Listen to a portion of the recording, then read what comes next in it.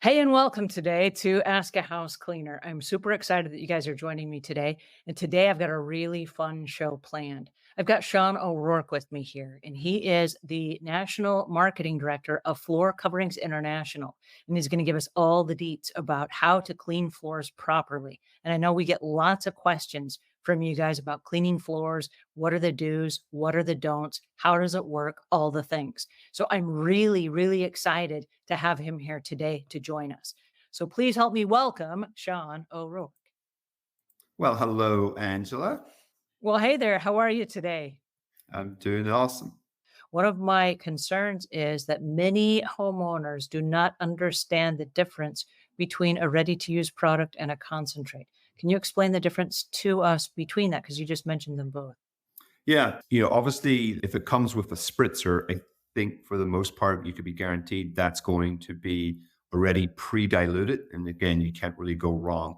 But there are lots of cleaners out there that they come in like a traditional quart, half gallon, or gallon container.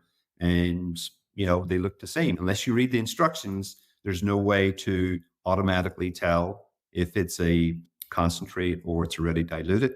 For instance, I know I have it under my kitchen sink. It's a product by Lysol, and it is a concentrate. It has a nice lemony scent to it. You can typically use it for just about any hard surface floor. But again, you got to make sure you follow the directions.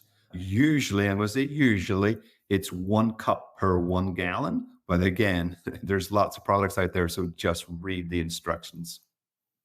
And I think that's really important because it's easy, even as a cleaning business owner, to buy a gallon of something and not be aware that that is a concentrate and it is designed to be diluted. And so it will usually give you the dilution ratios. And if you're not sure, you can go to the company website, double check to make sure that you're adding the water that you're supposed to, because if you put it straight on the floor, it can have harsh effects. And like Sean said a couple minutes ago, the pH neutral is going to be key. We want to keep a very neutral floor cleaner on our floors. And share with us why we choose pH neutral instead of an acid or a base. See, I'm not a chemist, but neutral pH just means it will not have an adverse effect on a natural substance. It's Mm. kind of like hydrogen peroxide, pretty harmless to probably everything. Or baking soda, like baking soda is another product that can be used to clean lots of different things out there. And again, that's a neutral pH value. And thank you for bringing that up. For those of you that are not familiar with the pH, the cycle, the system, it goes from 0 to 14. And right in the middle, we have number 7. 7 is water. Water is pH neutral. And so when you go to one side, it's like toilet bowl cleaner, acid, and the other side is alkaline. We go to oven cleaner. So we've got two really strong cleaners on the other side. And we want to stay as neutral as possible when it comes to our floors. So pH neutral is the key. If you are unsure, always err on the side of pH neutral. Kelly says, do you recommend steam sanitizer mops for floors? Let's answer that question. Steam sanitizers. Well, if you have a tile flooring, 100% yes. But for pretty much all other floors, I would not recommend. Again, maybe in the hands of a professional, but certainly for a regular homeowner, you do not want to use steamers, particularly on hardwood, particularly on laminate. They were probably okay on most of the vinyl floors, but I can't say I would recommend it because obviously vinyl adversely, it doesn't get impacted by moisture, but certainly it does get adversely affected by heat. So if you've got that temperature on that sanitizer turned up, it could have a detrimental effect, but definitely not on laminate and definitely not on any of the hardwood floors.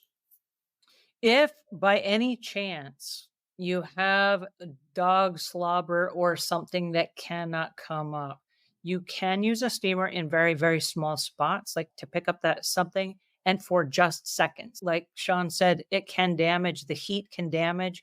And also, if you have like wooden floors, like he mentioned before, with the moisture in the water, you don't want it to warp the floors and you don't want it to get in there. So, again, we do use the steamers because the handles are really nice and they're convenient, especially for like seniors that have like shoulder replacements and they can't use the big mop.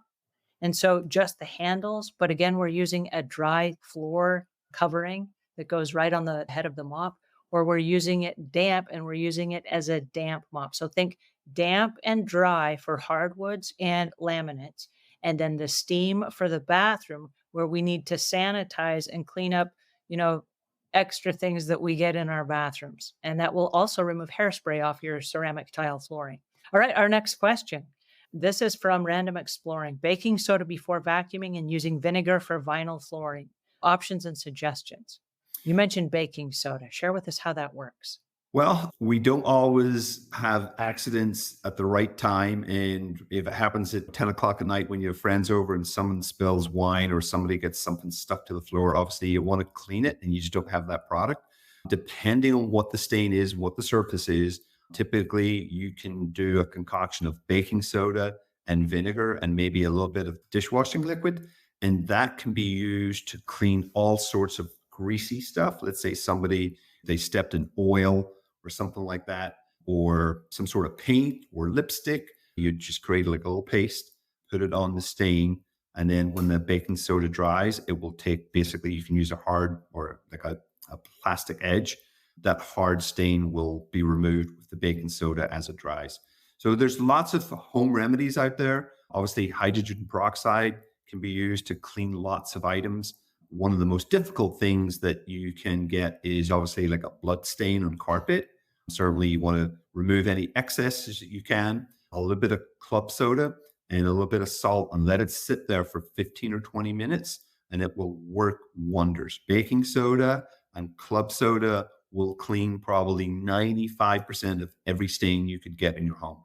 It's just making sure you use it in the right formula. And again, we all have Google and on our phones and on our desktops and laptops. So typically there will be a slightly different formula depending on what you're looking to remove it. Sean, where can our listeners go to find you?